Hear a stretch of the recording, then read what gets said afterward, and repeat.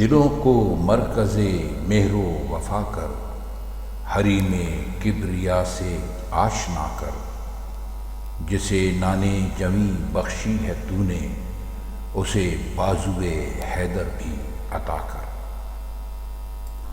السلام علیکم خواتین و حضرات، ابھی آپ نے علامہ اقبال کی رباعی سنی۔ اس میں 4 مصرے ہیں اور ان 4 مصروں میں جو مشکل الفاظ ہیں، پہلے ہم ان کے معنی دیکھ لیتے ہیں۔ مہر کہتے ہیں محبت کو اور وفا کہتے ہیں نبھانے کو۔ مرکز سے مراد دل ہیں۔ اس رباعی میں کم از کم دل کے معنوں میں مرکز کو استعمال کیا گیا ہے۔ حریم کہتے ہیں پردے میں رہنے والے کو، اور حریم کا لفظ زیادہ تر اللہ تعالیٰ کی ذات کے لیے استعمال ہوتا ہے، اور کبریا ظاہر ہے کہ جو سب سے بڑا ہے اس کو کبریا کہتے ہیں، یعنی اللہ تعالیٰ کی ذات ہی چونکہ سب سے بڑی ہے، اس لیے اس کو یہاں کبریا کہہ کر مخاطب کیا گیا ہے۔ اور آشنا کا مطلب ہوتا ہے دوست یا واقف یا جاننے والا۔ یہاں پر اس کے ان معنوں کے ساتھ ساتھ اگر آپ ایک معنی اور ذہن میں رکھیں گے تو آپ کو یہ شعر سمجھنے میں ذرا سہولت ہوگی،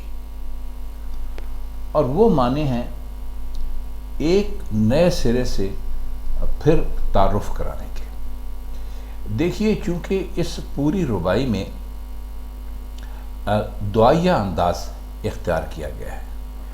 اور ایک بار پھر کسی بات سے متعارف کرانے کے لیے کی بات ہم نے اس لیے کی ہے کہ خدا کے سے فرماتے ہیں کہ مسلمانوں کے دلوں کو پھر اپنی محبت سے بھر دیں۔ یعنی مسلمان چونکہ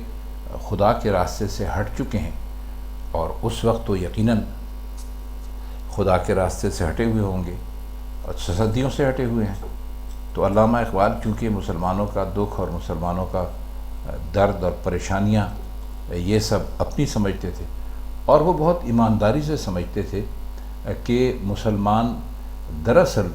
جو اس وقت ذلت اور پستی میں گرے ہوئے ہیں اور گھرے ہوئے ہیں، اس کی وجہ صرف یہی ہے کہ انہوں نے خدا کے بتلائے ہوئے راستے پر چلنا چھوڑ دیا ہے۔ تو وہ اپنی ایک آرزو کا اس میں اظہار کر رہے ہیں، اور وہ اصل میں کہنا وہ یہ چاہتے ہیں، اللہ تعالیٰ سے دعا ہے، ہم نے آپ کو پہلے بھی بتایا تھا کہ مسلمانوں سے یہ فرماتے ہیں کہ اللہ تعالیٰ آپ کی ذات بہت برکتوں والی ذات ہے، اور اس ذات سے جو وابستہ ہو گیا وہ کبھی بھی ناکام نہیں ہو سکتا، لہٰذا ہم آپ سے یہ دعا کرتے ہیں کہ مسلمانوں کے دلوں کو ایک مرتبہ پھر اپنی محبت کا مرکز بنا دیجئے اور اپنے سے وفا کرنے والوں میں شامل کر دیجئے۔ نان جمی کہتے ہیں جو کی روٹی کو، اور بخشش آپ جانتے ہیں کسی کو کوئی چیز دے دینا، از راہ کرم دے دینا، یہاں پر اگر ہم اس کو ایسے استعمال کریں گے تو زیادہ بہتر ہوگا۔ اور بازوئے حیدر، اس سے مراد حضرت علی کرم اللہ وجہہ کی جو طاقت اور قوت تھی اس کی طرف اشارہ کیا گیا ہے۔ ہم اور آپ سب جانتے ہیں کہ حضرت علی، جنہیں شیر خدا بھی کہا جاتا ہے، وہ طاقت ان کی بے مثال تھی، ایمان تو بے مثال تھا ہی، ان کی طاقت بھی بے مثال تھی، اور اس لیے انہیں خدا کا شیر کہا جاتا ہے، اللہ کا شیر، کہ جو وہ ان کے راستے میں آنے والی کوئی بھی مشکل ہوتی تھی تو وہ اسے اللہ کے فضل و کرم سے اپنی طاقت استعمال کر کے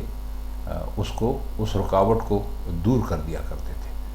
اور اس سلسلے میں مشہور واقعہ باب خیبر کا ہے، آپ سب جانتے ہیں کہ وہ اس کا دروازہ حضرت علی کرم اللہ وجہ نے کیسے توڑا، کیسے ہٹایا اور مسلمانوں نے وہ قلعہ فتح کر لیا، تو حضرت علی کرم اللہ وجہ کے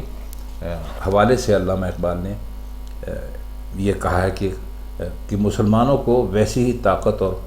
بازو کی قوت ویسی عطا کر۔ اچھا، آپ آخر میں جو اس کا آخری شعر ہے اس میں یہ بات ذہن میں رکھیے گا کہ حضرت علی مرتضیٰ رضی اللہ تعالیٰ عنہ عموماً جو کی روٹی کھاتے تھے اور انہیں جو کی روٹی بہت پسند تھی،